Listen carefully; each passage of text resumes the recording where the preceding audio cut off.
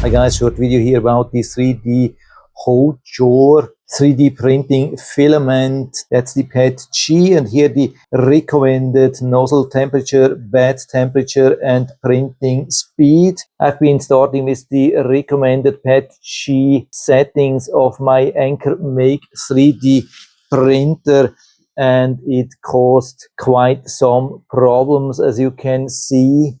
That's the result of the default settings, definitely not something I could use. And so I've been trying a little bit around and especially adjusted the nozzle temperature to 240 degrees, bed temperature to 80 degrees, and use the maximum speed of 50 millimeters.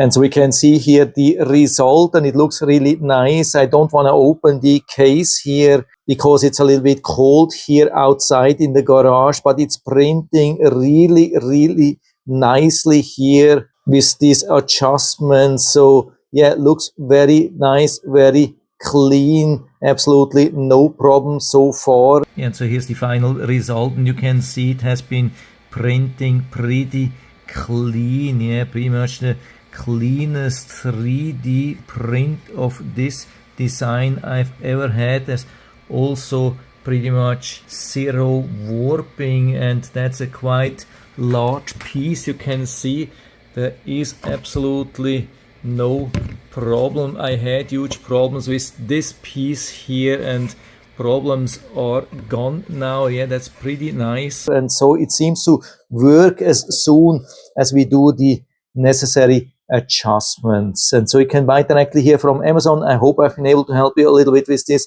video, and thanks for watching.